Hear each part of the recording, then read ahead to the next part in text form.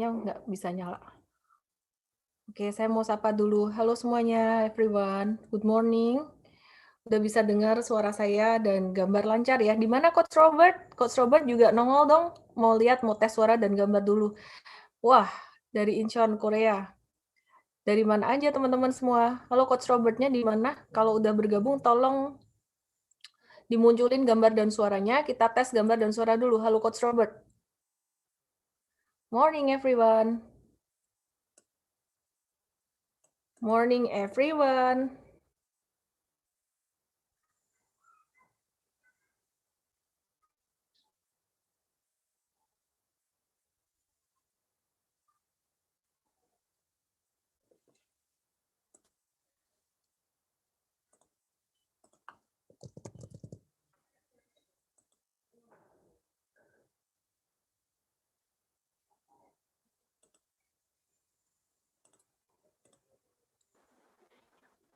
Oke. Halo, Mi.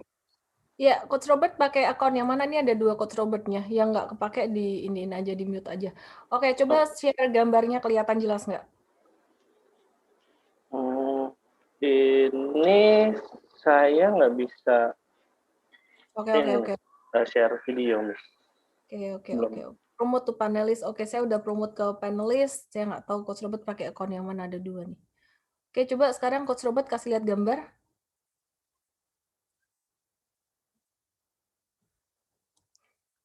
Apart lights, misalnya liburan tapi tetap bersama kita pagi ini. Harus dong, appreciate. I appreciate you too.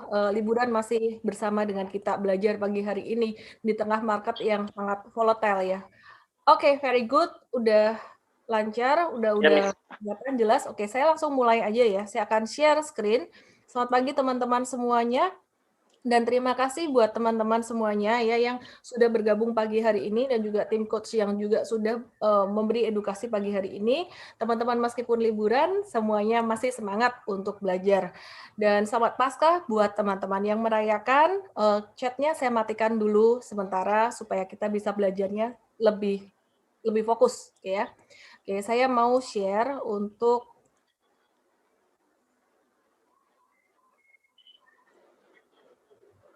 screen saya. Oke, Coach Robert bisa di-mute dulu mungkin. Hari ini kita akan belajar tentang strategi saat saham turun tajam gimana. Nah, banyak banget di antara teman-teman semuanya kemarin itu bingung ketika market kok tahu-tahu turun gimana. Sebenarnya apa yang terjadi sih?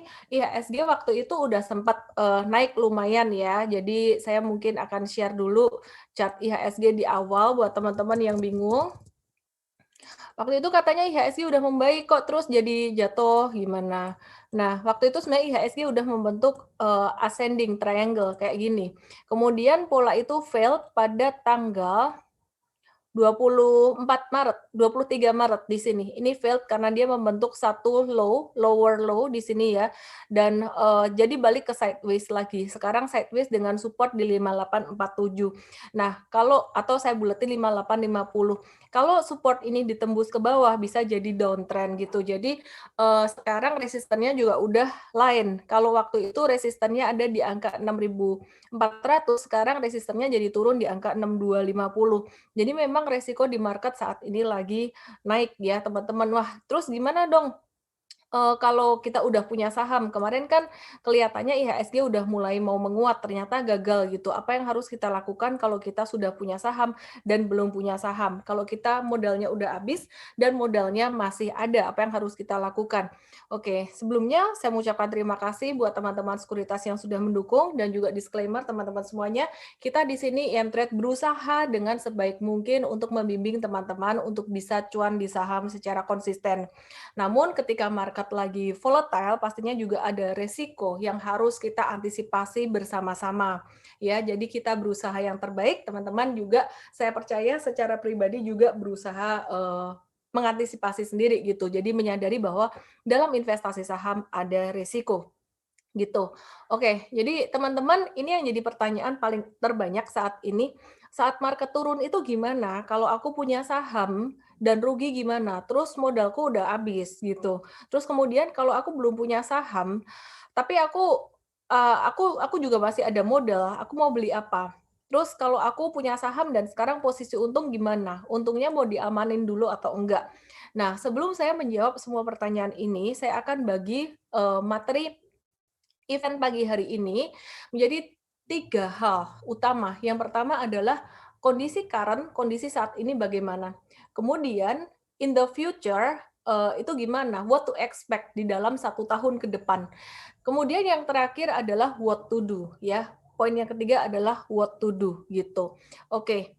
Nah, teman-teman semuanya kita akan mulai dengan yang pertama dulu kondisi current saat ini gimana. Oke, tolong coach di-remind lagi sekali lagi mungkin ini lagi long weekend jadi masih banyak yang terlambat gitu ya. Oke. Nah, kondisi saat ini tuh sebenarnya yang paling hot banget ya, yang bikin indecision di market, yang bikin jadi volatilitas tinggi di market, ada beberapa poin. Poin yang pertama adalah efek dari stimulus Biden. Stimulus Biden ini memang memberikan dampak secara positif, pastinya mendorong perekonomian semakin maju. Namun di sisi lain, stimulus Biden ini juga menimbulkan satu kekhawatiran akan inflasi, di mana kenaikan inflasi itu di luar perkiraan sebelum stimulus itu dikeluarkan gitu. Jadi naiknya inflasi ini lumayan kencang. Tadinya US, The Fed mengatakan bahwa mereka tidak akan menaikkan suku bunga, tapi kemungkinan kalau inflasi kencang ya, mungkin mereka akan bisa menaikkan suku bunga gitu. Jadi rencananya awalnya dalam 3 tahun ke depan nggak naik suku bunga, tapi ngelihat kondisi seperti ini bisa jadi kemungkinan ada. Kemudian poin yang kedua adalah efek samping dari stimulus Biden ini adalah naiknya US Treasury bond yield seperti yang kita udah bahas beberapa waktu terakhir dan juga Indonesian bond yield juga gitu. Kemudian USD IDR yang saat ini USD terus menguat dibandingkan mata uang lainnya dan rupiah semakin melemah. Nah, ini resiko utamanya dan sangat sensitif sekali market dengan dua hal ini. Nah, ini untuk jangka pendeknya. Untuk jangka panjangnya nanti gimana saya akan share juga. Nah, Coach Robert akan jelaskan beberapa data yang terkait dengan poin pertama yang mempengaruhi volatility market dalam jangka pendek saat ini. Oke, silakan Coach Robert. Baik, Miss. Sebelumnya saya coba share screen dulu. Nah, ini. Jadi, pertama memang Presiden Biden itu mau kasih stimulus 2 triliun itu untuk infrastruktur. Rencananya itu untuk pembangunan transportation, water system, kemudian juga manufacturing. Kemudian selain itu Biden juga memang berencana untuk menaikkan pajak corporate tax itu 28%. Memang ini kan sudah janjinya Biden di awal kampanyenya bahwa dia akan menaikkan pajak perusahaan cukup tinggi 28%, dan memang ini yang menjadi cukup memberatkan perusahaan di tengah kondisi yang masih mulai pulih, kemudian ada inflasi cepat yang otomatis nanti juga akan cukup berdampak bagi cost perusahaan-perusahaan terutama di manufacturing. Nah, ini yang jadi salah satu menjadi fokus investor juga di US gitu, melihat update stimulus Biden yang terbaru. Kemudian selain itu juga di Amerika juga sedang heboh juga itu masalah Coach Robert boleh share screen nggak apa-apa? Oh iya, Miss. Boleh share screen ya. Ini Oke, silakan. Saya coba share.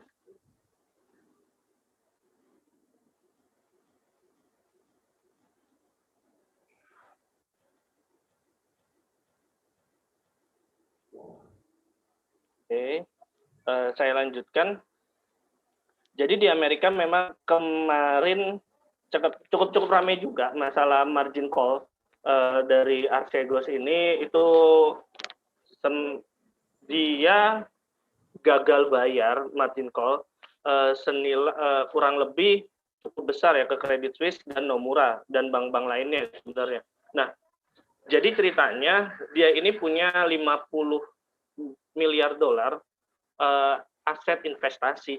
Tapi sebenarnya asetnya dia sendiri, Archegos ini hanya 10 miliar dolar. 40 miliar dolarnya itu dia menggunakan margin. Dan kemarin ketika sudah margin call, Archegos ini gagal bayar. Nah, ini berdampak pada kerugian, bisa berdampak pada kerugian dari Credit Suisse dan Nomura sebagai krediturnya, dan memang dampaknya cukup besar di market US juga karena memang ada takutnya ini berdampak sistemik ke bank-bank lain.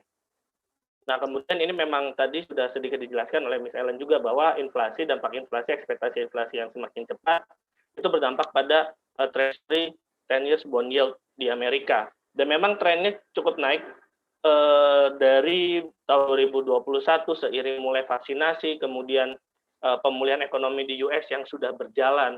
Dan memang menurut analis atau ekonom, prediksinya ini masih bisa bergerak ke 1,9% bahkan sampai 2%. Dan ini memang cukup menekan juga sebagai sentimen cukup kurang bagus juga ya untuk pasar gitu, untuk market. Nah, di Indonesia sendiri juga memang trennya mulai naik dari tahun 2021. Nah, ini juga hal yang cukup menekan pasar. Kenapa? Karena memang kalau misalnya kita lihat hubungan antara bond yield dan juga pasar saham itu hubungannya terbalik. Jadi ketika bond yield-nya naik, pasar saham kemudian cenderung akan mengalami koreksi. Begitu juga sebaliknya, ketika bond yield-nya koreksi, pasar saham itu cenderung mulai bullish seperti itu.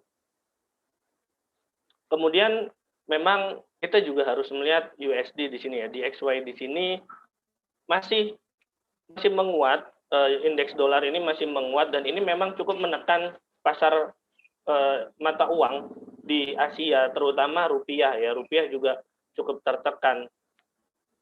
Ini kita lihat rupiah sekarang sudah ada di angka 14.574.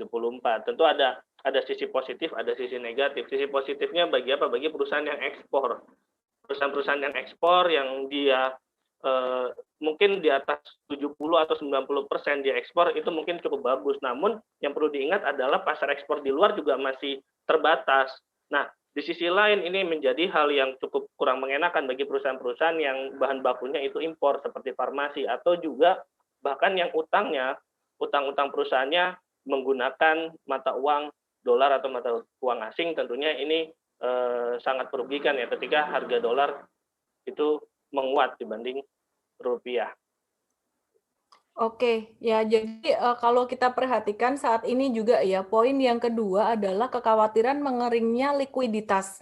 Selain dari US sendiri, saat ini tuh ada satu sentimen di mana BPJS Ketenagakerjaan akan memangkas investasi di saham dan reksadana.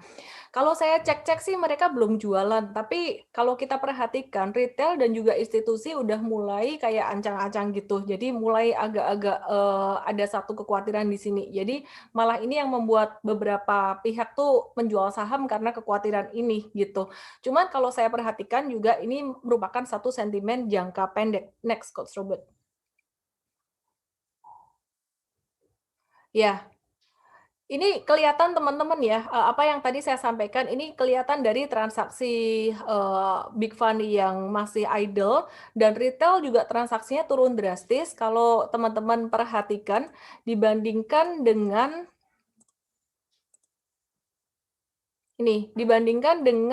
bulan-bulan sebelumnya. Januari itu boom banget untuk retail, ini di Maret udah mulai turun. Jadi sebenarnya harusnya dibandingin dengan Januari, cuman ini kelihatan Maret ini juga udah mulai kelihatan ya. Seiring dengan sideways-nya market, ini investor retail mungkin kemarin di Januari juga mungkin di luar, mungkin ada yang nyangkut di Antam atau KF atau Inaf ya. Di Mtrade sih kita nggak ada ya, jadi kita udah exit duluan sebelum turun. Cuman di Mtrade juga kemarin sempat ada cut loss beberapa saham untuk swing trading, to be perfectly honest gitu. Jadi kita nggak tutupin juga, kita ada beberapa loss untuk trading. Mungkin sekarang retail lagi takut atau ada beberapa di antara mereka yang nyangkut, jadi retail turun. Sementara itu untuk investor asing sendiri juga perdagangan masih didominasi oleh aksi jual ya, sell. Jadi kemarin investor asing tuh sempat net sell lumayan tinggi pada pertengahan Maret ya. Jadi terakhir juga IHSG turun itu masih banyak asing yang jualan gitu. Porsi asing di Indonesia saat ini cukup kecil. Nah, yang menarik adalah pertanyaannya waktu Januari kemarin retail itu kenceng naik, itu retail mendominasi 70%. Pertanyaannya adalah ini retailnya yang naik atau asingnya yang keluar? Ternyata dua-duanya gitu. Jadi asingnya masih belum banyak masuk juga gitu ya. Jadi kapan sih kira-kira mereka bakalan masuk? Nanti kita akan pelajari di bagian yang kedua, what to expect. Nah, untuk kondisi IHSG saat ini sebenarnya udah saya bahas di awal tadi ya. IHSG itu sekarang resistennya di angka 6250 atau 6230-an. Di sini semakin turun resistennya dalam jangka pendek. Jadi kita masih harus wait and see dan lebih berhati-hati gitu. Nah, what to expect kalau tadi kondisi current, kalau kondisi ke depan gimana what to expect ke depan? Yang pertama, intinya saya mau sampaikan bahwa meskipun dalam jangka pendek ini banyak sekali turbulensi di market dan mungkin agak-agak rough, agak-agak susah buat teman-teman pemula, tapi saya mau sampaikan bahwa dalam kuartal-kuartal berikutnya ini pasti akan lebih baik ya, pasti akan lebih baik. Jadi apa yang membuat kondisi saat ini tidak baik itu sebenarnya adalah karena normalisasi. Normalisasi itu maksudnya gimana?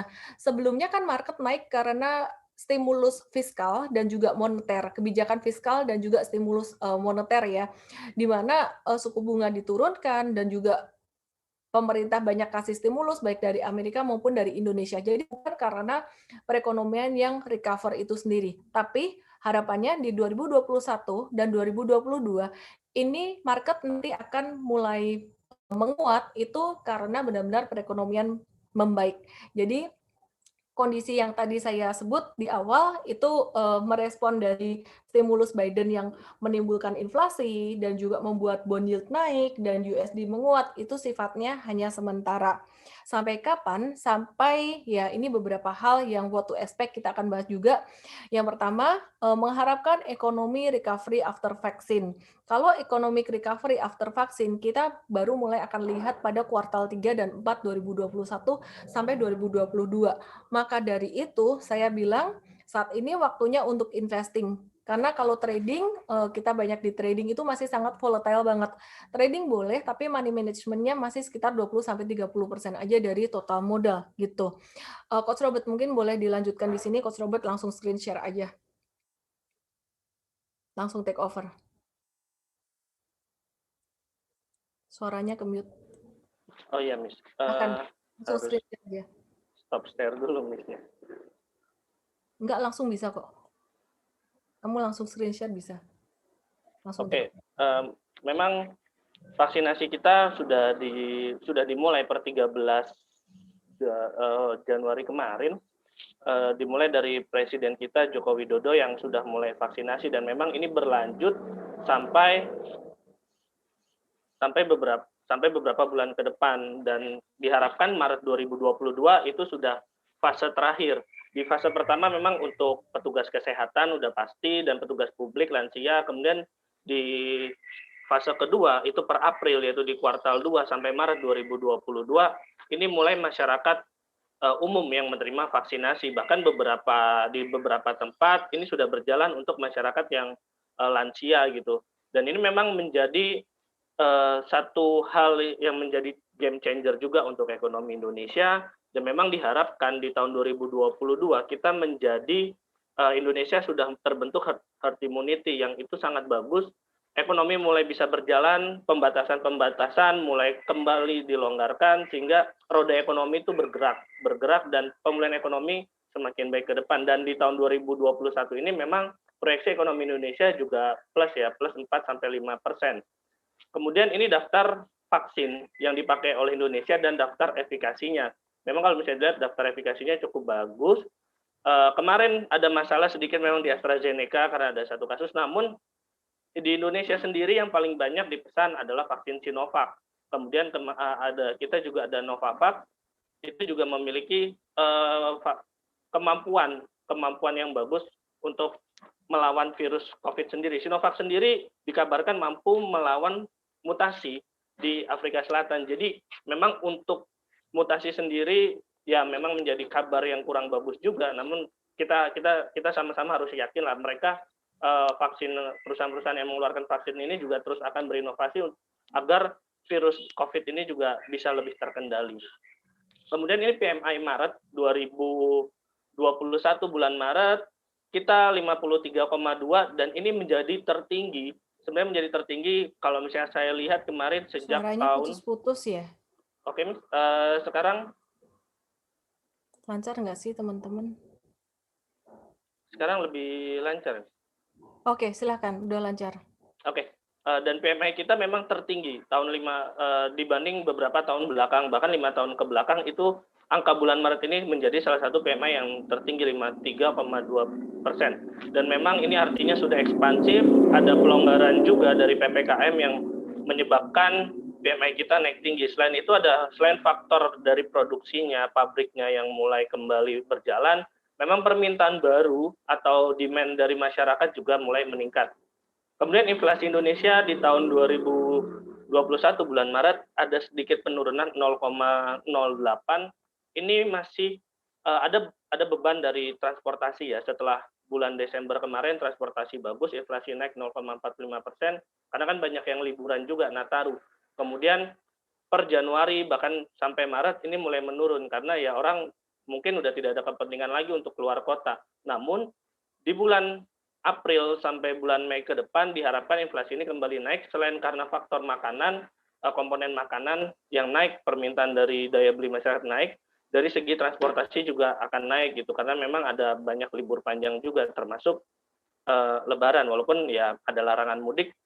Saya rasa sampai saat ini belum ada peraturan pembatasan, ya kita asumsinya masih bisa ada berpergian kita ya keluar kota. Nah ini data inflasi juga, kita inflasi 0,08%, secara year to date kita 0,44%. Kalau misalnya year on year tentu saja masih cukup tertekan sebenarnya kalau misalnya ada grafiknya bisa dilihat dibanding tahun lalu. Nah ini tadi cukup pemberat ya di transportasi, kalau misalnya dilihat minus 0,03 memang menjadi komponen yang cukup memberatkan inflasi kita tahun 2021 bulan Maret. Oke, Coach nggak usah ganti screen, tetap di Coach Robert aja screen share-nya. Ya, jadi what to expect berikutnya, poin yang pertama tadi kan kita bicara tentang recovery after COVID ya, after vaksin gitu. Terus kita lihat juga PMI Indonesia, Pre-Manufacture Index itu udah mulai meningkat di atas angka 50, itu artinya sudah mulai ekspansif. Dan teman-teman kalau misalkan mau sabar ya, misalkan mau sabar dalam berinvestasi, kita juga akan melihat hasilnya nanti di akhir tahun nanti.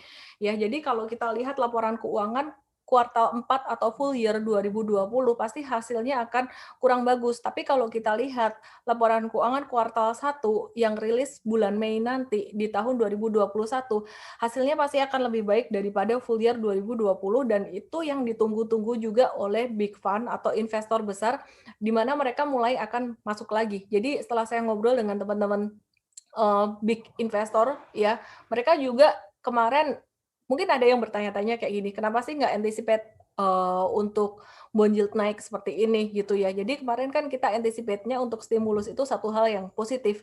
Nah ini banyak juga orang yang banyak juga pihak yang tidak memperkirakan sampai sejauh itu gitu ya. Jadi kita antisipasinya adalah untuk trading memang harus membatasi resiko. Tapi untuk investing kalau market ada koreksi seperti saat ini merupakan satu kesempatan. Oke, Coach Robert boleh dilanjutkan untuk datanya. Baik, Miss. Jadi ada beberapa indikator yang menyebabkan kuartal 1 kemudian bisa membaik laporan keuangannya. Salah satunya adalah mobilitas penduduk. Kalau misalnya kita lihat di tahun 2020 ketika ada COVID baru pertama kali di Indonesia, mobilitas penduduk di sini sangat terpengaruh ya, sangat turun drastis. Namun di tahun 2021 walaupun ada PPKM, namun mobilitas penduduk ini mulai membaik. Terutama ini akan sangat baik terutama untuk sektor transportasi, retail, dan komersial properti seperti mall gitu. Jadi ketika kuartal 1 mobilitas membaik walaupun ada PPKM namun sudah dilonggarkan, tentu saja harapannya traffic di mall, traffic di toko-toko retail itu semakin membaik juga gitu.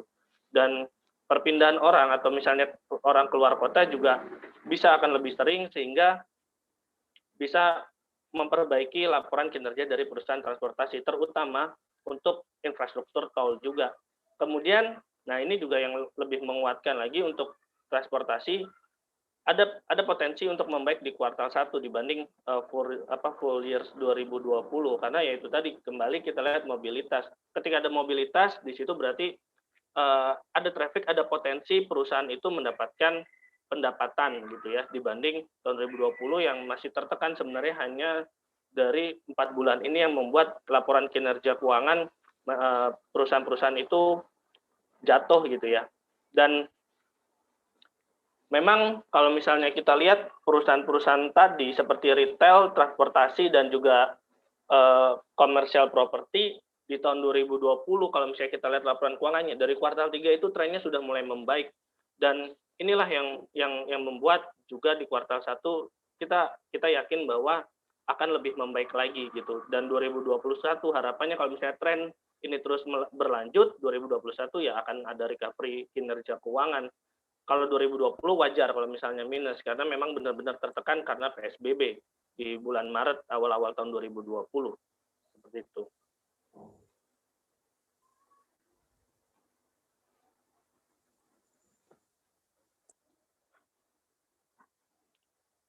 Dan Oke, halo, ya, cek. Miss. Coach Robert bisa dengar saya? Bisa, Miss.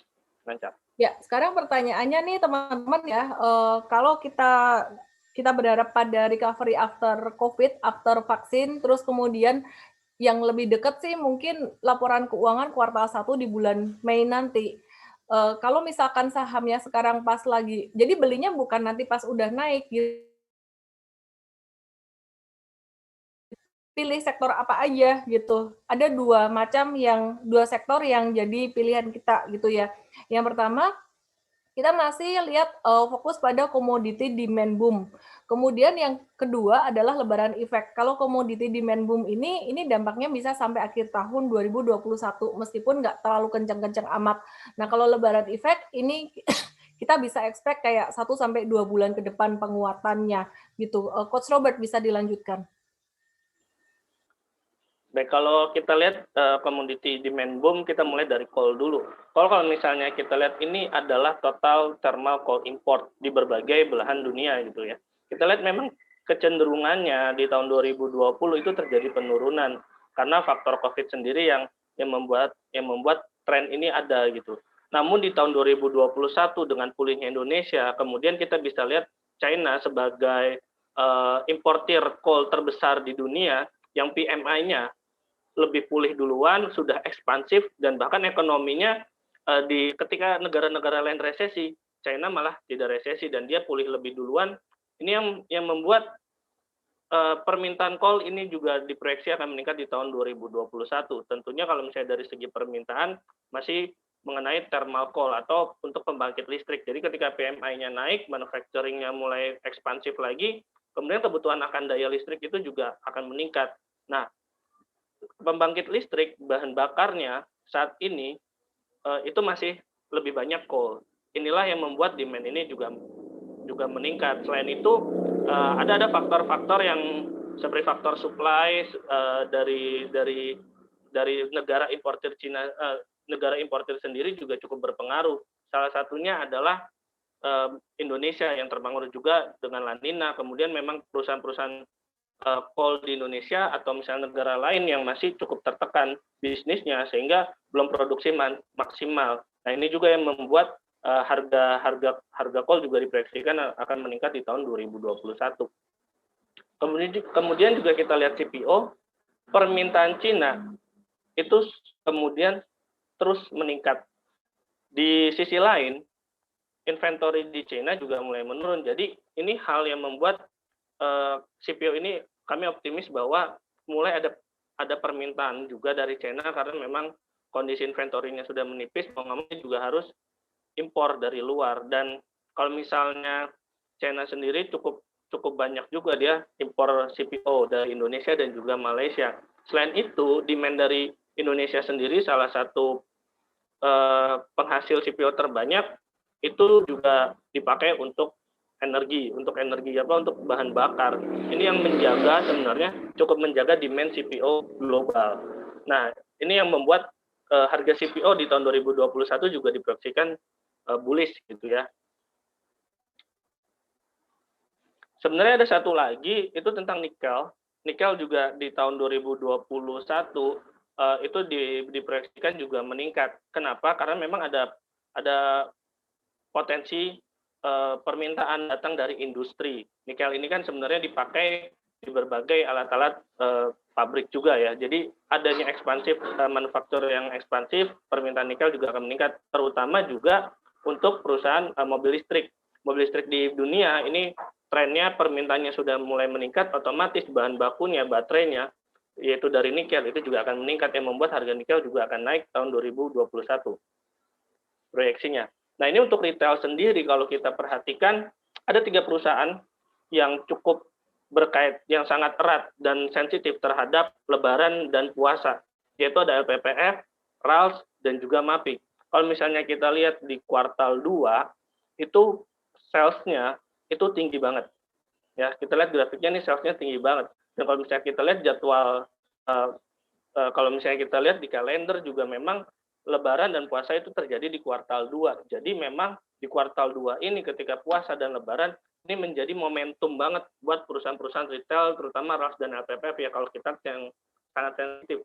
MAPI sebenarnya sensitif juga, cuman dia kan karena pangsa pasarnya itu lebih ke menengah ke atas, jadi memang lebih stabil. Juga produk MAPI juga lebih banyak dibanding LPPF dan RALS yang jual baju, sedangkan MAPI kan ada food and beverage juga gitu. Nah, ini Lebaran dan puasa menjadi momentum dan sekaligus menjadi kontributor terbesar bagi pendapatan saham-saham retail, terutama untuk LPPF dan RALS. Dan kalau misalnya Lebaran ini kita lihat trennya itu tidak ada pembatasan seperti tahun lalu, berarti traffic kemungkinan meningkat dan potensi kedua saham ini mendapatkan pendapatan itu juga semakin tinggi. Dan kalau misalnya kita bandingkan dengan 2020 yang mereka rugi, 2021 ya, kalau misalnya dengan tren seperti ini, harapannya adalah 2021 kemudian perusahaan-perusahaan retail ini terjadi turnaround di earnings-nya atau berbalik dari rugi menjadi untung.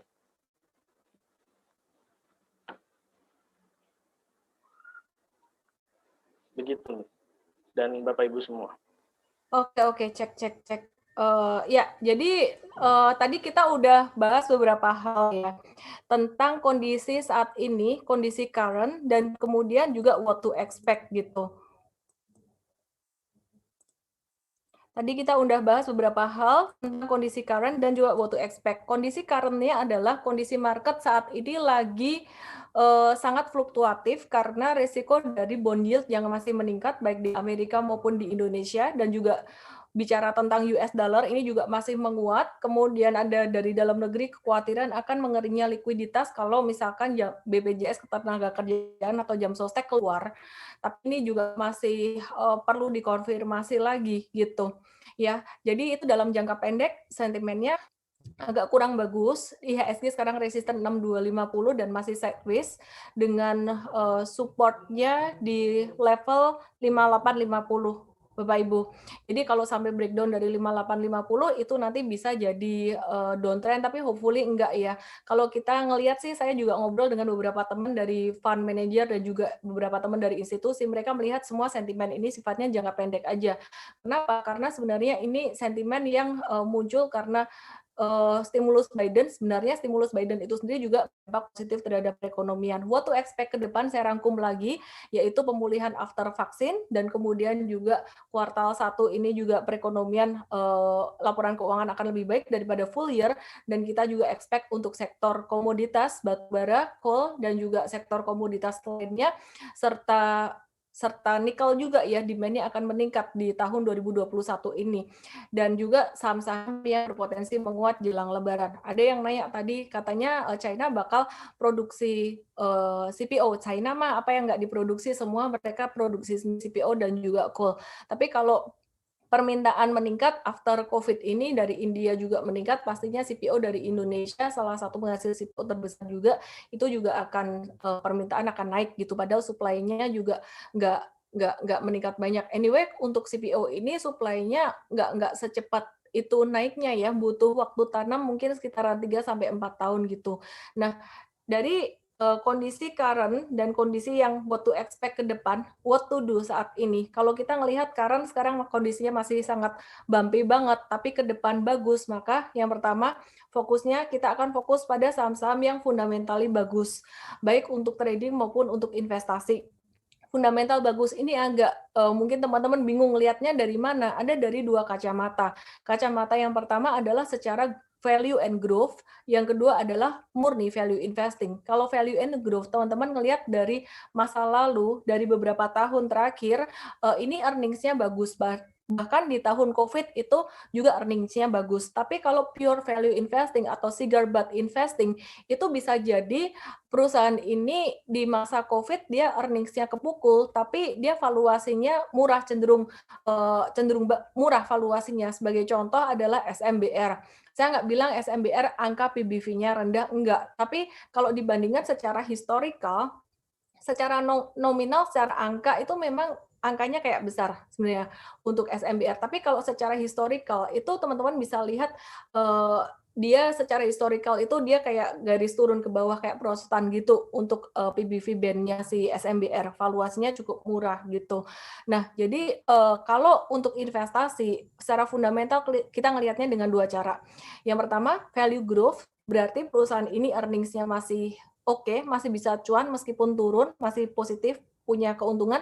Atau yang kedua, perusahaan yang cigar butt investing atau value investing murni, dia earnings-nya kepukul di tahun pandemi 2020, tapi dia berpotensi untuk reversal.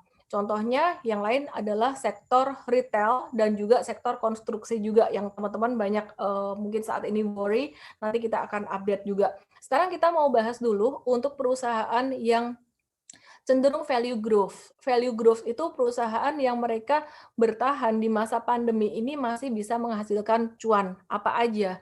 Nah, ini beberapa summary dari kita, perusahaan yang masih bisa menghasilkan cuan di tahun pandemi secara year on year masih bisa ada laba positif. Beberapa revenue-nya negatif seperti BBTN, TPIA, dan DMAS, tapi labanya masih positif. Kalau TPIA kita nggak pilih karena faktor likuiditas. Likuiditas itu bukan cuma kapitalisasi, kadang kapitalisasi gede, tapi jumlah transaksi atau frekuensi transaksinya tuh dikit gitu. Nah, jadi kalau teman-teman perhatiin, ini yang cenderung value growth sebenarnya sektor consumer good ya. Ini ada ICBP, Indofood, nah HMSP, GGRM itu juga dia labanya turun ya, tapi dia masih cuan sebenarnya gitu. Terus kemudian ini beberapa perusahaan yang masih bisa untung di tahun 2020 kemarin. Nanti saya juga akan kasih teman-teman untuk perusahaan-perusahaan yang pure value investing apa.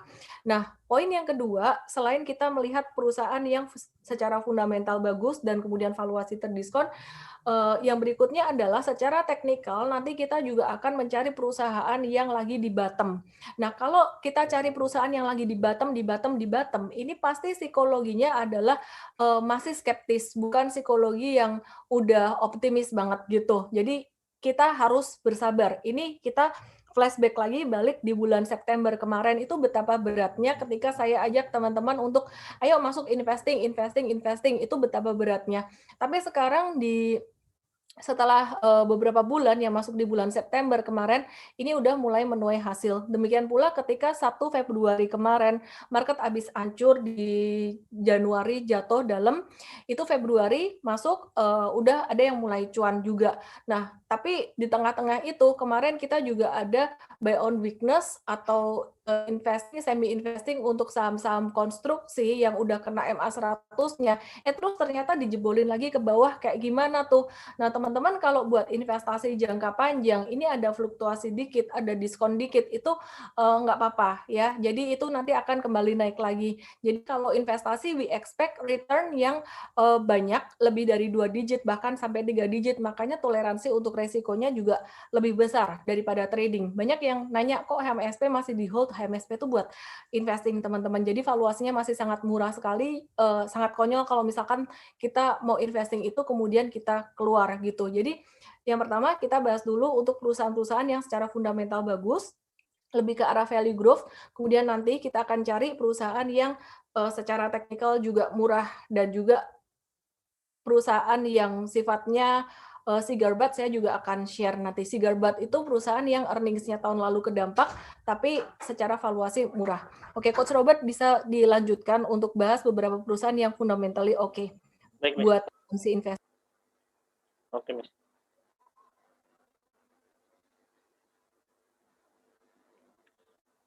Jadi ada beberapa saham yang memiliki fundamental atau kinerja keuangan yang bagus juga di tahun 2020 walaupun iya, Miss.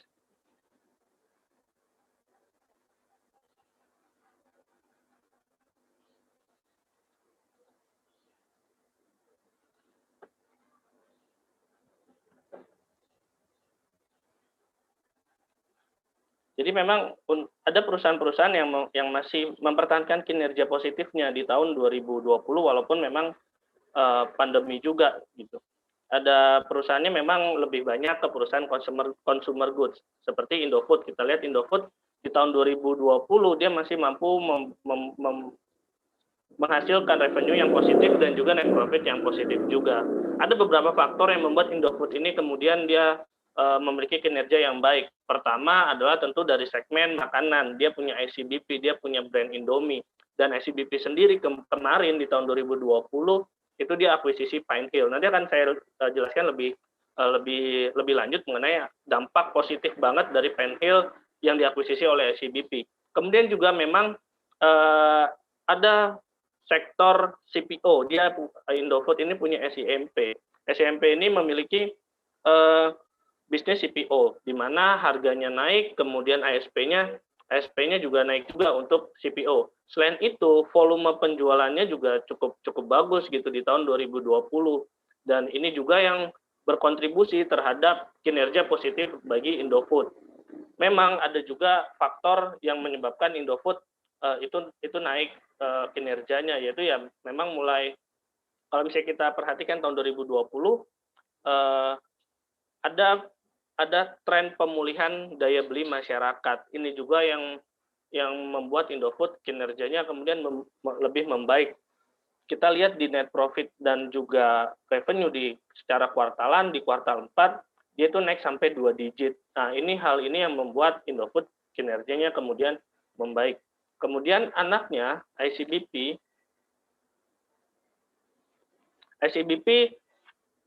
dia akuisisi Pine Hill. Nah, akuisisi Pine Hill ini berdampak sangat positif terhadap kinerja ICBP ya, Indofood CBP.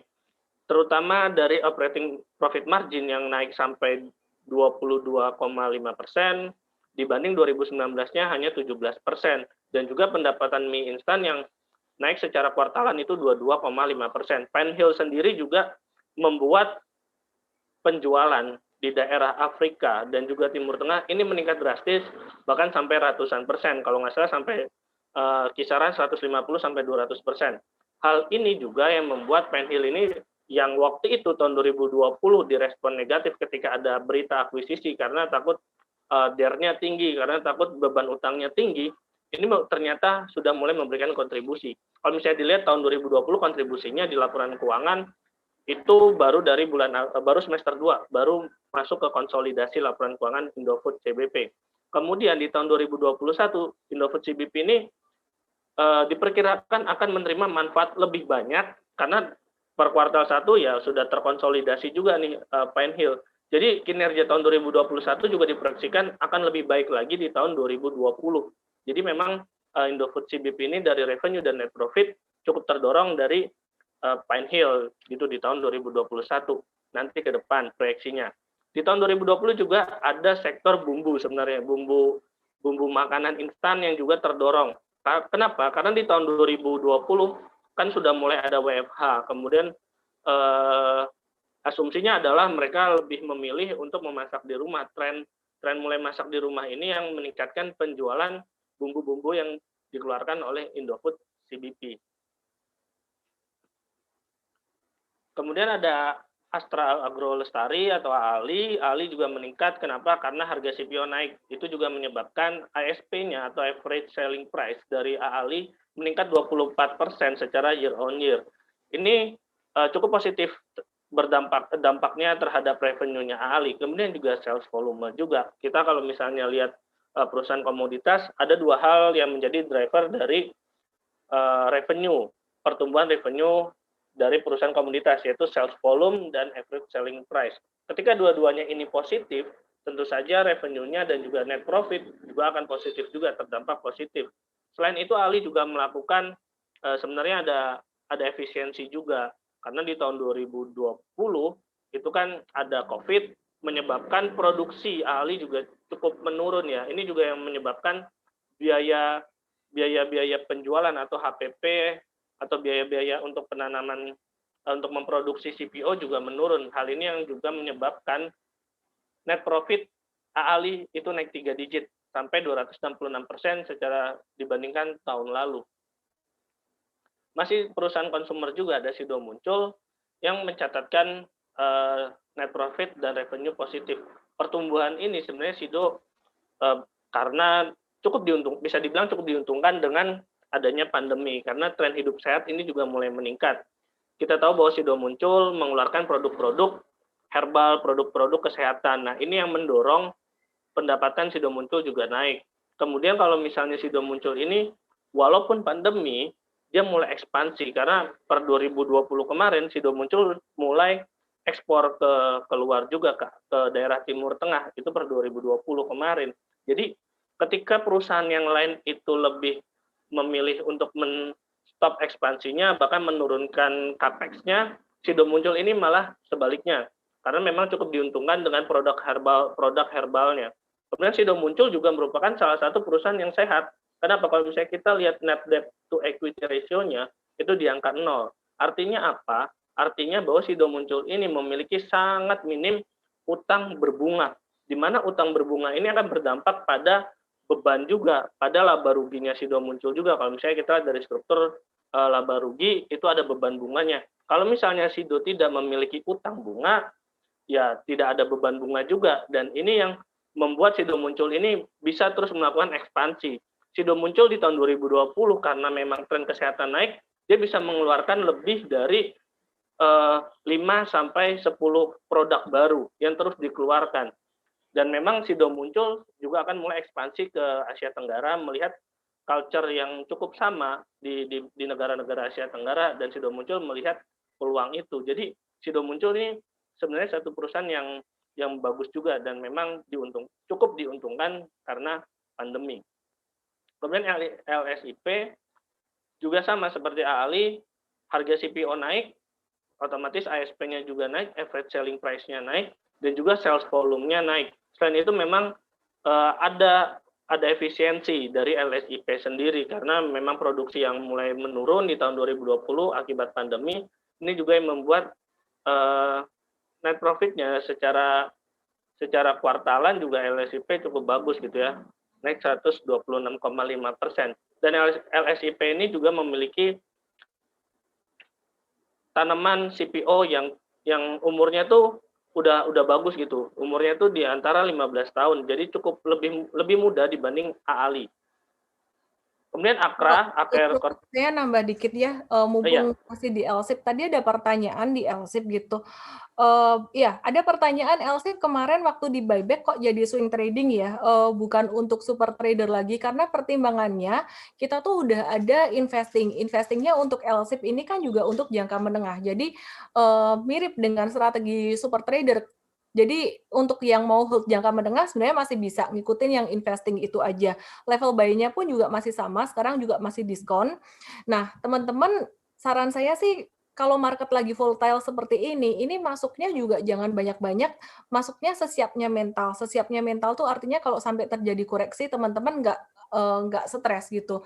Oke, kemudian kenapa LSIP kita masukkan jadi swing trading? Karena kemarin kita selalu belajar dengan kondisi market yang terus berubah. Waktu itu retail banyak banget, terus kemudian retailnya hilang, itu juga market berasa banget perubahan volatilitasnya gitu. Nah, LSIP ini kemarin kita udah sempat cuan lumayan banyak saham yang udah sempat cuan lumayan banyak. Kita mendapat masukan juga dan kita juga cek dengan evaluasi dengan sistem kita, udah benar belum? Sistem kita kalau secara super trader LSIP kemarin tuh udah benar. Harusnya kalau pas naik short term dibiarin nggak apa-apa, pas koreksi dikit biarin nggak apa-apa. Tapi kalau kena stop loss di cut gitu. Tapi kan sayangnya ketika pas naik itu kita nggak profit taking dengan pertimbangan super trader. Akhirnya si LSIP ini ketika kita buyback lagi, baru aja kemarin kita buyback lagi, itu kita pilih untuk yang trading swing trading aja. Karena untuk jangka menengahnya ada yang buat investing itu kita udah biarin gitu. Jadi buat yang trading seandainya nanti ada pantulan, kita akan manfaatkan untuk profit taking jangka pendek untuk LSIP. Oke, Coach Robert boleh dilanjutkan. Baik, Miss. Terima kasih. Dan selain kita harus melihat revenue dan net profit, sebenarnya ada dua faktor lagi yang harus kita lihat ya dari perusahaan-perusahaan karena kemarin pandemi, yaitu tingkat hutang. Tingkat hutang ini penting kita lihat karena ketika pandemi perusahaan tertekan, kalau misalnya tingkat hutangnya tinggi, otomatis ke depan kinerja perusahaan itu mungkin akan cukup cukup tertekan, cukup diberatkan dengan beban bunga yang ada. Kemudian kita harus lihat juga cash ratio. Ketika pandemi, cash ratio-nya bisa dijaga, otomatis dia punya ruang yang lebih, dia punya uang yang banyak untuk kemudian ekspansif, memanfaatkan momentum pemulihan ekonomi di tahun 2021. Tentu saja ini hal yang sangat bagus, apalagi kalau misalnya dia punya cash ratio tinggi, seperti LSIP 327%, artinya dia memiliki cash setara 3 kalinya dari hutang lancar, hutang jangka pendeknya. Dan ini sangat sehat, dan juga DER apalagi ditambah dengan tingkat utang yang kecil gitu, hanya 0,17 kali. Untuk DER sendiri memang cukup maksimal itu batasnya itu di angka 1 kali. Artinya dia punya 100%, dia punya utang kalau misalnya dibandingin dengan ekuitasnya atau modal itu nilainya 100%. Kalau misalnya 0,17 berarti utangnya lebih kecil dibanding ekuitasnya. Nah, ini juga hal yang perlu diperhatikan untuk perusahaan tadi juga kalau nggak salah Sido juga cash ratio dan DER-nya juga cukup bagus. Oke, saya lanjut. Untuk AKR Corporindo ini merupakan perusahaan distribusi oil, dan AKR ini kemarin cukup diuntungkan dengan pembentukan KEK JIPE ya, di Gresik. AKR ini akan ke depan itu akan cukup fokus ke penjualan lahan industri, terutama di JIPE, karena sudah ada KEK juga, ada kawasan ekonomi khusus. Tentunya kawasan ekonomi khusus itu ada insentif-insentif yang nanti akan dapat dari pemerintah. Seperti misalnya kita bicara hal yang paling umum adalah tentu saja insentif pajak.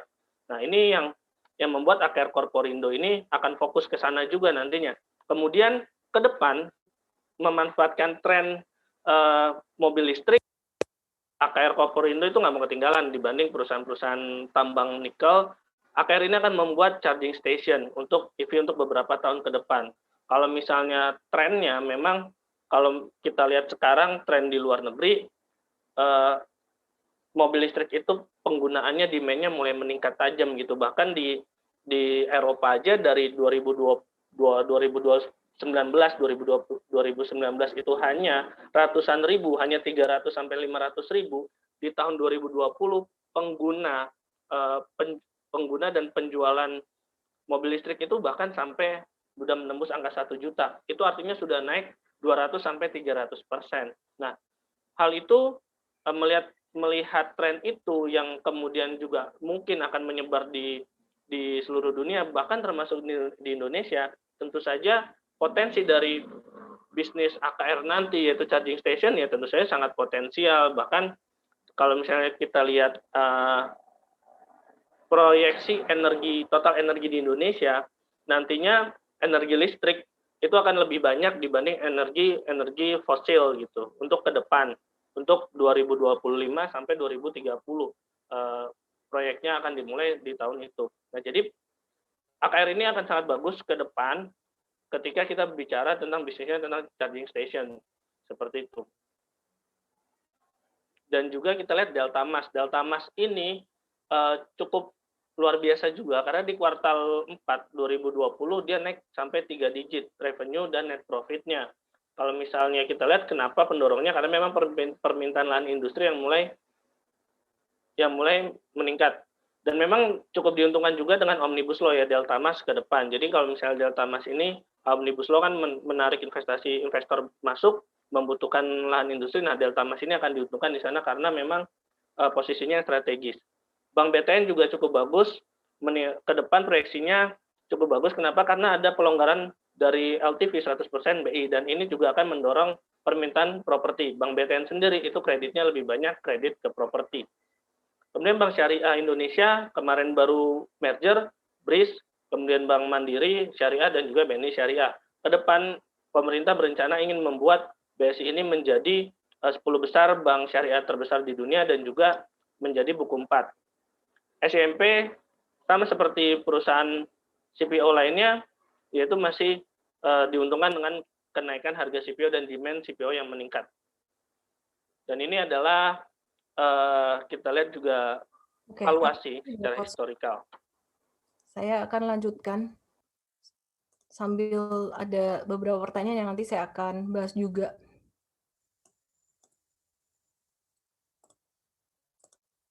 Oke, nah ini tadi Coach Robert udah cerita beberapa perusahaan yang secara fundamentally bagus. Saya akan lanjutkan untuk beberapa perusahaan yang secara valuasi sangat terdiskon. GGRM ini langka, teman-teman, karena dia terdiskonnya di bawah standar deviasi -1. Meskipun dia nggak ESG dan juga dia cukai rokoknya naik, tapi dia valuasinya sangat terdiskon di bawah standar deviasi -1, bahkan hampir standar deviasi -2.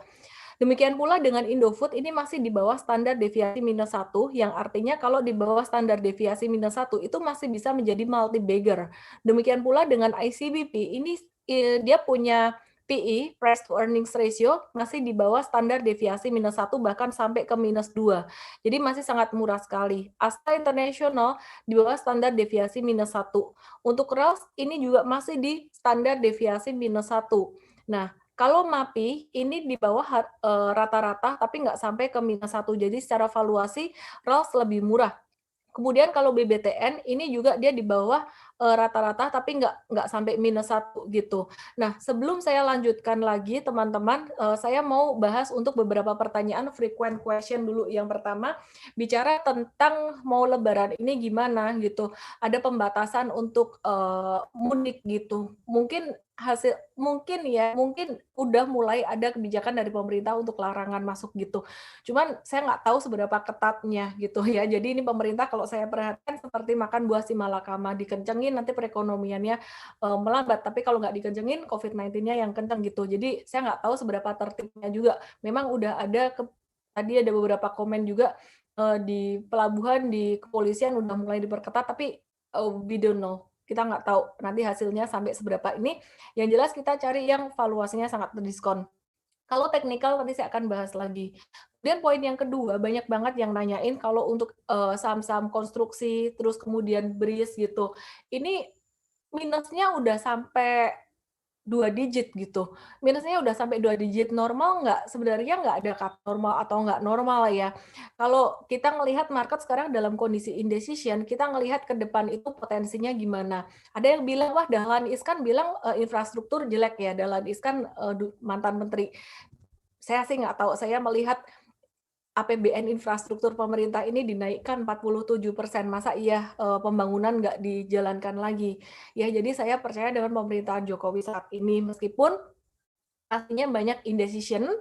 Gini aja teman-teman, nanti kalau teman-teman yang punya investasi dengan porsi yang sudah besar di saham-saham konstruksi, ketika terjadi technical rebound, kalau teman-teman nggak nyaman dengan koreksi di market, pas technical rebound itu bisa dimanfaatkan untuk dikurangi.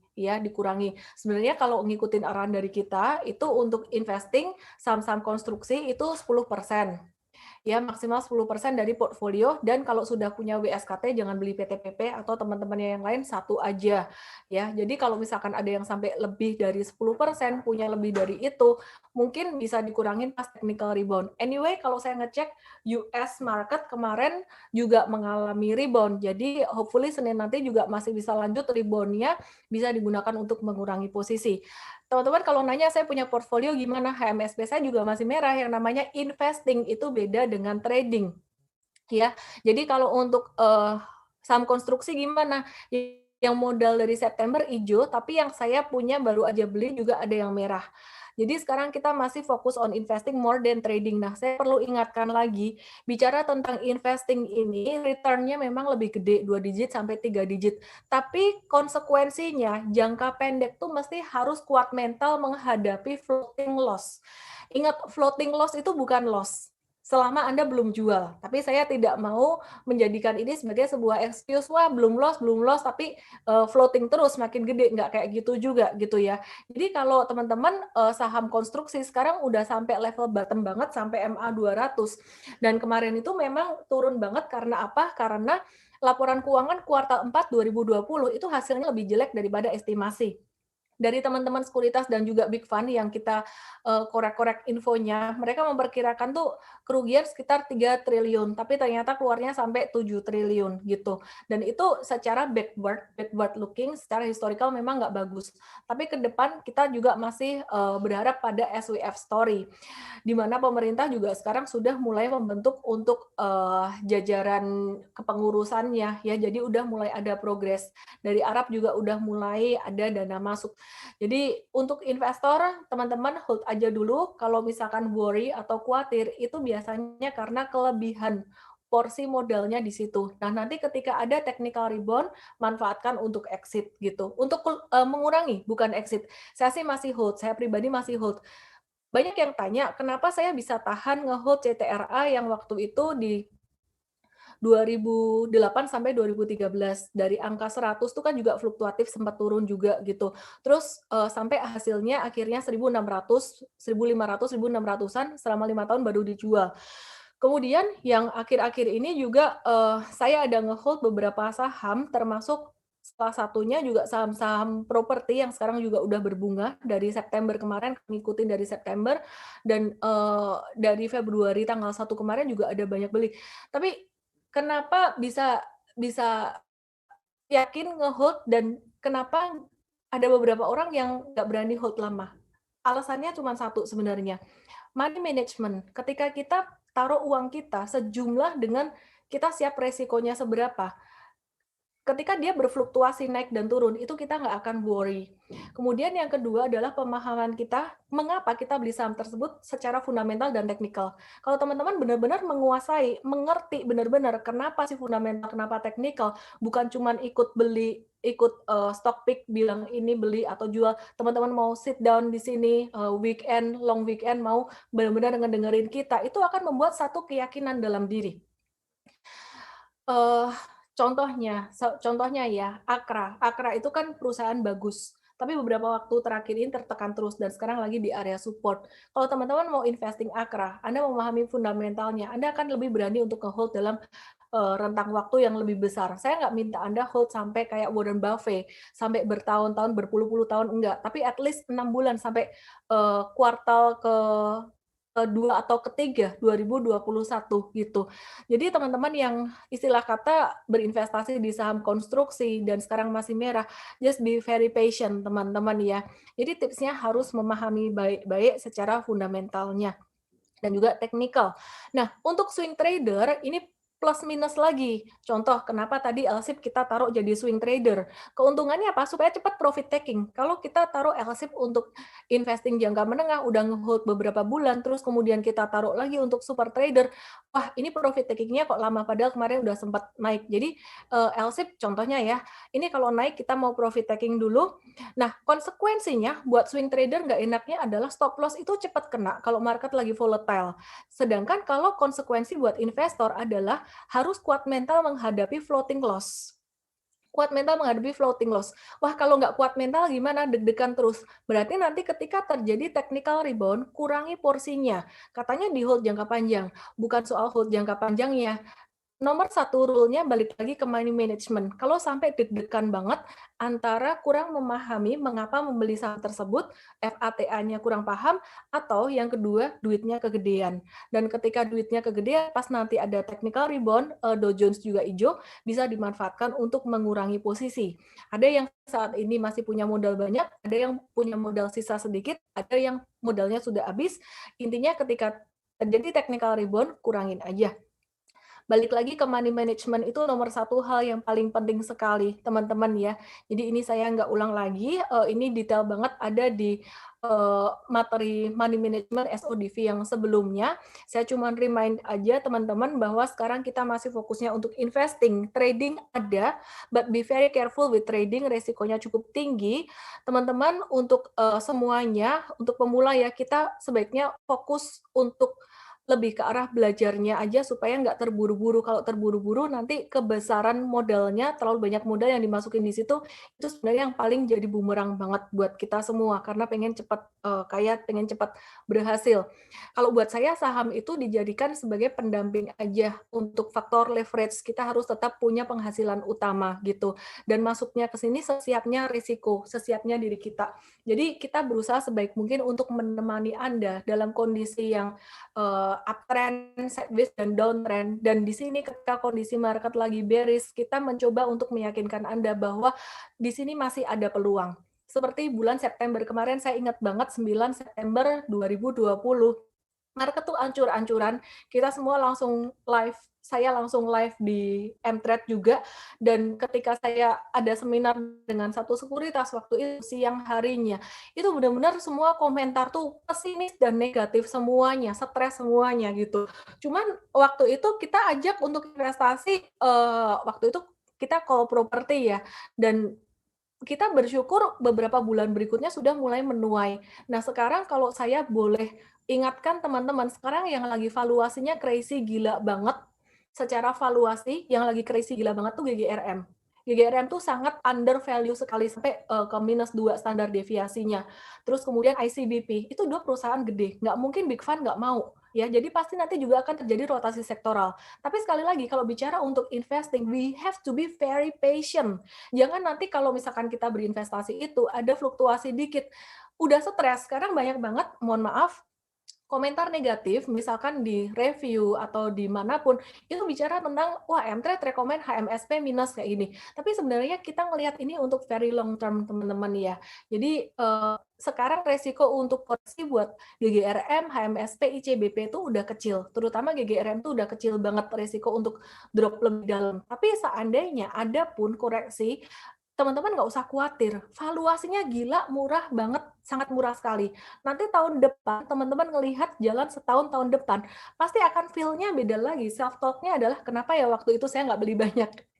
Itu yang terjadi ketika saya beli saham dan naik banyak. Kan pas saya beli saham, saya selalu mengkondisikan kalau rugi gimana. Pertama beli saham, saya masukin duit itu bukan sebanyak kalau saya berpikir kalau cuan gimana, enggak. Tapi kalau rugi gimana. Jadi duitnya enggak yang sampai habis karena terlalu percaya diri. Nah, tapi ketika saham itu naik tinggi, selalu ada self talk dalam diri saya, wah tahu gitu dulu saya beliin banyak gitu. Saya sampai terpikir jual properti, beliin itu. Akhirnya saya sadar, oh nggak boleh gitu. Udah bener, ini udah bener. Di awal kita selalu mengkondisikan kalau rugi gimana, jadi uangnya nggak masuk banyak. Oke, saya akan lanjutkan. Saya ada satu buku, bukunya namanya Stillness is the Key. Berhubung ini weekend, long weekend juga teman-teman boleh baca buku dari Ryan Holiday. Saya beli di Kindle, jadi langsung saya bisa nikmati di HP, di Amazon ya. Dia ada bicara tentang satu pemanah namanya Awa Kenzo. Ini pemanah zaman dulu, dia Archer itu ya. Dia guru panah. Dia bilang gini, ketika dia ngajarin tentang memanah ini, dia nggak fokus pada technical skill, tapi ngajarin muridnya untuk detach. Nah, ini psikologi trading juga. Detach dari keinginan untuk bisa memanah itu sampai ke titik. Detach dari keinginan untuk mengharapkan hasil yang terbaik. Ketika si pemanah itu dia mulai detach dan dia sudah mulai santai secara pikirannya, dia tidak mengharapkan hasil yang gimana, justru hasilnya malah lebih bagus. Itu juga yang terjadi pada atlet baseball dan juga atlet lainnya. Dan saya sangat percaya sekali di dalam saham juga demikian. Ketika kita semakin santai, dan saya bersyukur ya di sini saya berinvestasi saham sejak 2007 itu nggak ada tekanan yang harus menghasilkan keuntungan yang gimana. Karena kan memang ini tambahan aja, bukan untuk memenuhi kebutuhan hidup utama gitu.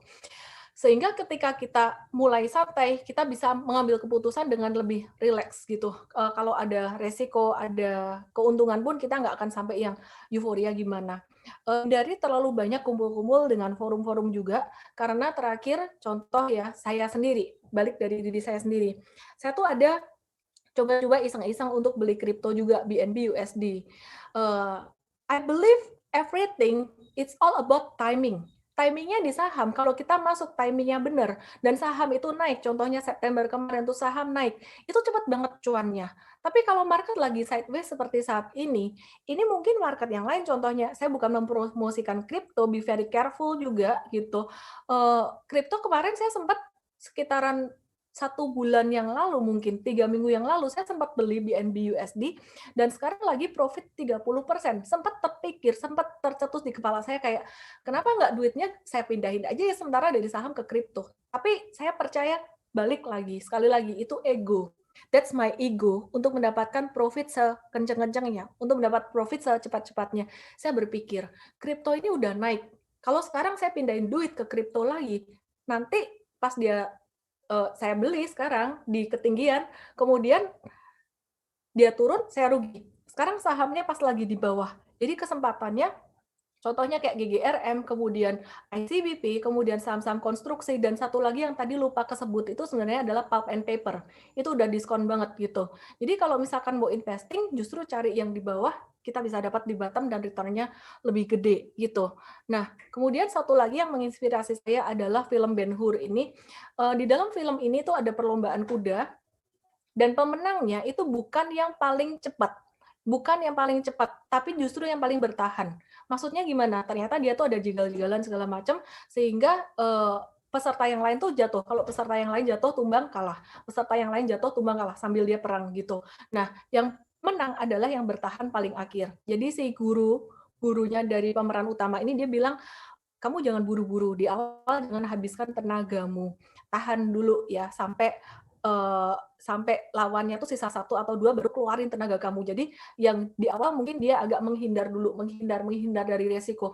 Baru kemudian yang terakhir digaspol, baru hajar lawannya. Nah, dalam berinvestasi saham juga sama teman-teman, mungkin waktu kondisi saat ini, seperti saat ini, kita tuh semuanya kayak lagi tiarap dulu, gitu. Kita lagi tiarap dulu. Buat yang udah beli saham, mungkin hasilnya juga sekarang masih ada merah-merah gitu. Tenang dulu teman-teman ya. Saya sangat yakin sekali dengan kondisi perekonomian yang sekarang juga udah mulai ada titik terang, vaksin, kemudian juga kuartal 1 perekonomian akan lebih baik daripada full year, pasti hasilnya juga akan lebih baik. Nah, saya akan share untuk saham-saham yang secara teknikal lagi banyak di area support, namun mohon maaf untuk teman-teman yang non-member, non-user Mtrade, ini konten ini eksklusif untuk user Mtrade. Jadi ya teman-teman, kita akan fokus cari saham-saham yang udah diskon banyak. Buat teman-teman yang non-user, buat nanti sore, jika ingin mendapatkan full konten ini dan juga rangkuman, sekarang kita nggak email lagi. Untuk rangkumannya ada di aplikasi Mtrade, bisa daftar ke mtrade.id dengan kode SO55 akan dapat tambahan 1 bulan untuk subscription for 1 year. Oke, thank you untuk teman-teman yang non-user. Kita akan lanjutkan materinya untuk teman-teman yang user, ya. Jadi ini udah saya rangkum. Ini watchlist kita untuk stocks on weakness. Saya akan langsung buka chartnya biar cepat ya teman-teman ya. Ini untuk trading, kira-kira untuk trading ini untuk investing, dan untuk investing ini bisa juga untuk trading juga, tapi nggak mungkin saya tulis dua-dua di kanan kiri gitu. Nanti jadi penuh ya. Nah, saya akan start dari yang trading dulu. Untuk saham-saham perbankan second liner, kita ngelihat banyak yang berada di area support, teman-teman. Saya akan langsung aja.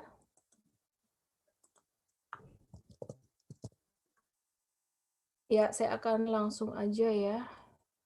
Loh, sebentar. Kok nggak ada?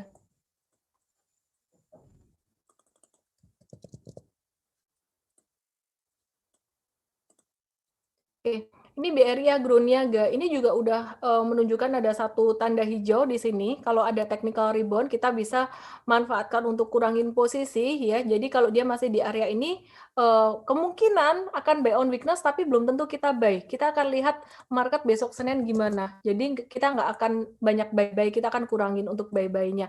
Nah, ini BBKP kita udah profit taking kemarin. Terus kemudian Arto, BJBR,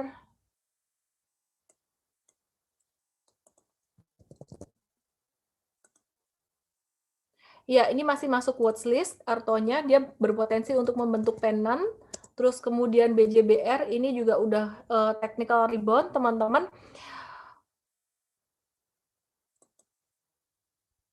Kita masukin watchlist juga BJTM, BNGA, BBTN.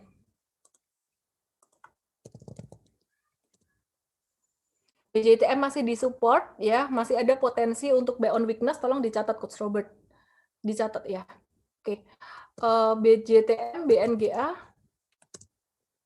BNGA ini juga masih ada potensi untuk kita buyback ya. Ini ada bullish harami, tapi belum tentu langsung dibeli teman-teman, kita sikon. Jadi tadi ada BJTM dan BNGA ya Coach Robert. Terus BBTN ini disupport sangat kuat sekali. Yang ketiga ada BBTN. Ya, ini disupport sangat kuat sekali gitu. Oke ya, jadi kita potensi untuk watch ini buat buy on weakness. Nanti tulis di hotlist juga, langsung hotlistnya rilis hari ini ya Coach Robert ya. Terus kemudian Same ini masuk watchlist juga ya.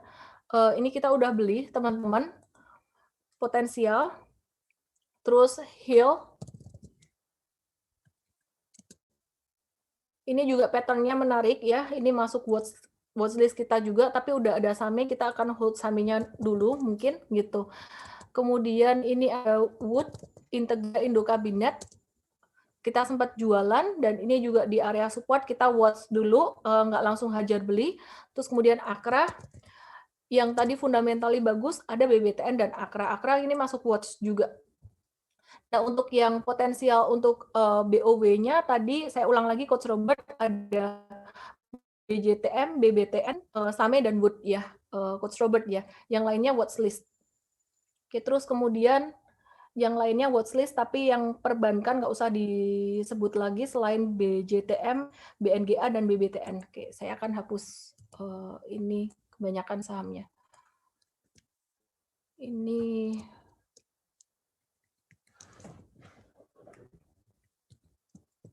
potensi untuk buy on weakness. Ini kita Same hold dan Wood ini watch untuk buy on weakness. Ini Akra, ini watch. Oke. Terus kemudian kita lihat AALI dan LSIP.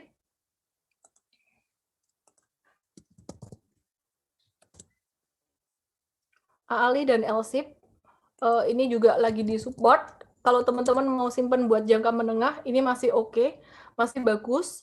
Kalau mau swing trading lebih ke LSIP, bukan ke AALI. Jadi kalau trading, coach tolong dicatat juga ya untuk trading. BO ini aku tambahin di sini deh. LSIP, terus ya Adaro, Doit, dan Indi untuk batu bara. Ini buat jangka menengah. Jangka menengah tuh beberapa bulan ke depan masih oke. Jadi yang punya ini hold aja dulu. Nah, ini kenapa LSIP kita masukin swing? Karena kita nggak mau kejadian kayak gini lagi. Nah, ini Adaro juga berpotensi untuk swing juga bisa. Ya, Adaro, kemudian ada Indi. Dan juga, ini udah turun banget, ini keluar hijaunya. Terus Doit, nah kita lebih ke Doit. Kita lebih ke Doit. Kenapa? Karena dia habis naik jatuhnya kencang ya. Ini di support. Kalau buat trading kita lebih ke Doit gitu. Terus Adi, WSKT, Wika, dan kawan-kawan konstruksi lainnya. Ini di support banget teman-teman ya. Sabar-sabar aja buat yang investing. Kalau kebanyakan sahamnya bisa dikurangin sedikit pas technical rebound nanti. Perkiraan saya ini Big Fund juga udah mulai banyak yang koleksi karena ini harganya udah mulai semurah bulan November kemarin. Itu harga modal mereka. Nah, terus kalau Wika ini malah udah kena MA 200, MA 200-nya udah sangat murah sekali. Buat beberapa bulan ke depan masih oke. Terus untuk nikel, Antam, Inco, dan Tins, Antam, Inco, dan Tins ya. Kita lihat harga nikel. Ini udah mulai membalik. Ini ada pola seperti inverse head and shoulders. Jadi Antam, Inco kalau kita pilih Inco ini buat investing, teman-teman. Nah, kalau Tins ini lebih ke buat trading, kemarin kena stop loss ya, teman-teman ya. Kalau mau investing boleh nggak? Saya lebih ke Inco sih kalau untuk investingnya, karena dia lebih nikel sebenarnya. Kalau Antam ini kemarin banyakkan lebih banyakkan ke herd trading-nya ya. Herd trading tuh kayak banyakkan story-nya, orang ikut-ikutan. Terus BRI, BCA juga lagi masih murah. Buat investing masih oke. Ya, ini BBRI, BBCA, terus INKP, TKIM. Jangan semua dihajar, teman-teman. Pilih satu atau dua aja nggak apa-apa. Kalau satu atau dua, pilihannya gimana? Kalau profil resikonya konservatif, pilihnya BBCA. Tapi kalau profil resikonya lebih agresif untuk investing, itu boleh pilih salah satu dari saham yang saya garis bawahi ini. LSIP, Adaro, atau karena MAPI lagi di support, saya iniin. INKP atau Tekim salah satu aja ya. Salah satu aja, ini mirip nih. Mereka lagi di support banget saat ini juga. INKP, Tekim, yang kemarin agak kepagian masuk, sabar aja dulu. Ini juga udah deket di MA 200, fundamentally very good. Terus, nah ini GGRM, ini saya tebelin banget nih.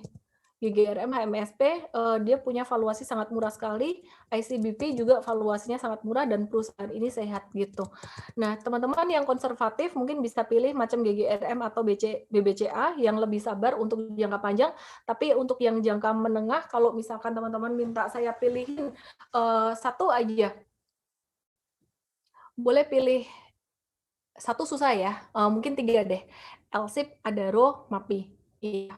Atau INKP itu boleh juga gitu. Itu aja teman-teman dari saya akan bacakan untuk QA-nya, beberapa pertanyaan QA. Ini ada pertanyaan bagus banget dari Pak Saryal Hidayat, mengapa kejadian di Bursa Amerika bisa berpengaruh signifikan ke IHSG. Kalau tidak salah, porsi investor foreign hanya 22% dibandingkan domestik lebih 70%. Harusnya tidak gampang terpengaruh oleh kondisi bursa asing. Ya, jadi saat ini domestiknya juga lagi turun. Domestik itu kan mereka juga ngelihat asing juga ya teman-teman ya. Jadi kayak Dow Jones naik turun, mereka sangat melihat sekali juga untuk retail. Dan retail sekarang kayaknya banyak yang idle, banyak yang nyangkut gitu. Terus bosan juga lihat market mungkin lagi sideways begini. Terus kalau investor besar, mereka sangat melihat secara fundamental, meskipun porsinya nggak gede tetap berpengaruh. Jadi Indonesia itu sangat sensitif sekali terhadap bond yield dan juga US dollar gitu. Hernawati, info minggu depan saham apa yang upside-nya 5-6%, nggak tahu. Kita lebih fokus untuk jangka menengah beberapa bulan ke depan. Apakah masih ada harapan untuk Raos dan MAPI? MAPI saya minus 6%. 6% kecil ya, masih ada banget. MAPI ini di area support, lebih di area support. Bisa dibahas lebih detail untuk Akra, tadi udah detail banget sih ya. Akra juga sekarang lagi masih di dekat-dekat support, di patient aja, bagus secara FA-nya dia. Oke, terus kalau GGRM apakah ke depan bakal bagus melihat cukai rokok yang tinggi? Saya udah bahas tadi, memang cukai rokok dan ESG concern-nya, tapi kita ngelihat valuasi super sangat murah sekali gitu. Jadi upside itu masih ada.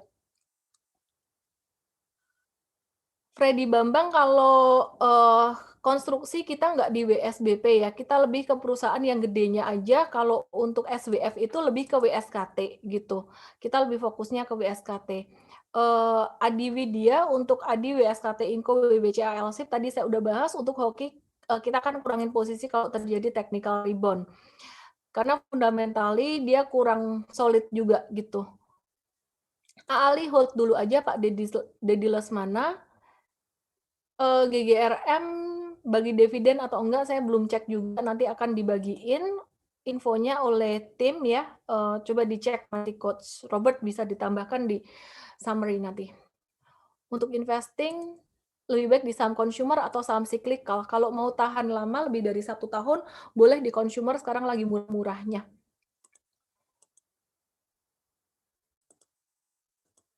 Konstruksi pattern-nya lagi bearish continuation. Iyalah, kalau investasi jangan pakai pattern. Investasi pakai valuasi. Kalau trading baru kita pakai pattern. Kalau investasi pakai pattern bullish continuation ya telat semua. Dapatnya nanti saham-saham yang valuasinya tinggi semua. Kalau mau investasi jangka panjang itu bukan pakai pattern, pakai valuasi. GGRM pattern-nya bagus apa? Nggak ada bagus-bagusnya gitu. Mengurangi posisi itu contohnya gimana? Jual sebagian. Sektor banking gimana? Banking nanti yang akan recover duluan, seperti biasanya. Mengapa BPJS, Jam Sostek, Invest hampir semua saham LQ45, blue chip semuanya rugi? Karena timing-nya sekarang kan lagi koreksi ya. Mereka juga belum tentu bisa milih saham yang benar juga, timing yang benar gitu. Ya, jadi semua orang pasti ada terpapar risiko di market juga gitu. Yanti kok malah sekarang saya jadi takut investasi, ya kalau takut investasi berarti start-nya dikecilin aja, kalau udah terlanjur ya nanti pas ada technical rebound dikurangin. Memang sekarang secara psikologi lagi banyak takutnya kalau market lagi turun di bawah. Tapi kalau nanti ketika market lagi udah naik, bukan lagi takut, malah banyak yang bilang akan banyak yang bilang, "Kenapa kemarin saya nggak masuk lebih banyak?" Dan ini sangat wajar sekali. Jadi modal itu harus disesuaikan benar-benar sesuai dengan kemampuan, skill, dan juga mental, itu teman-teman semuanya. Kesimpulan dari saya sih sebenarnya balik lagi ke money management di awal adalah start small. Buat teman-teman yang investor yang masih mengalami floating loss, sabar-sabar dulu aja. Kalau merasa nominalnya kegedean, contoh kita misalkan konstruksi, kita kasih tahu 10%, ternyata belinya 20% dan ada banyak saham konstruksi. Kita kasih tahu konstruksi itu misalkan udah punya WSKT, jangan beli PTPP. Nah, kalau misalkan ada kelebihan kayak gitu nanti pas technical rebound dikurangin. Saya melihat, hari Senin ada potensi untuk technical rebound ya, jadi pelan-pelan aja gitu. Oke, di sini saya udah nyalakan lagi chat-nya, teman-teman semuanya terima kasih sudah bergabung untuk, weekend kali ini, sudah belajar dan tetap semangat, peluang itu muncul ketika market lagi di bawah, bukan ketika market di atas untuk investasinya. Sedangkan kalau untuk trading, peluang muncul ketika market uptrend gitu. Jadi semoga semua, yang saya bagikan bisa bermanfaat teman-teman ya. Happy Easter and have blessed weekend. Buat teman-teman semuanya yang merasa terbantu dengan SODV hari ini dan juga layanan kami, boleh tolong berikan review positif dan juga bintang 5-nya meskipun kita saat ini sedang menghadapi kondisi yang sangat tough banget di market di Android dan iOS. Jika Anda mau memberikan masukan, boleh langsung tulis di tanya saham atau pertanyaan apapun kita akan bantu. Jadi hari weekend pun kita tetap ada ya, weekend tetap ada. Saya nggak tahu hari ini sampai jam berapa Coach Robert. Terus besok juga jam 8 sampai jam 5 kayaknya.